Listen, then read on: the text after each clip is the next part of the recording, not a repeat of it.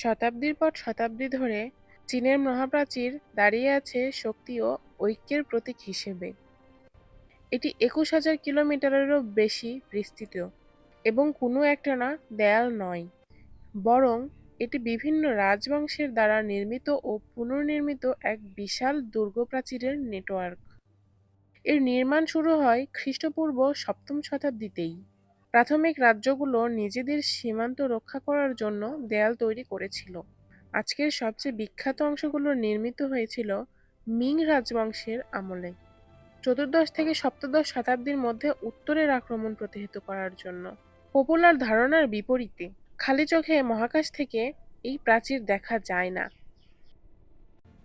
লক্ষ লক্ষ শ্রমিক, সৈনিক এবং সাধারণ মানুষ কঠোর পরিশ্রমে মাটি, ইট ও পাথর ব্যবহার করে এটি নির্মাণ করেছেন।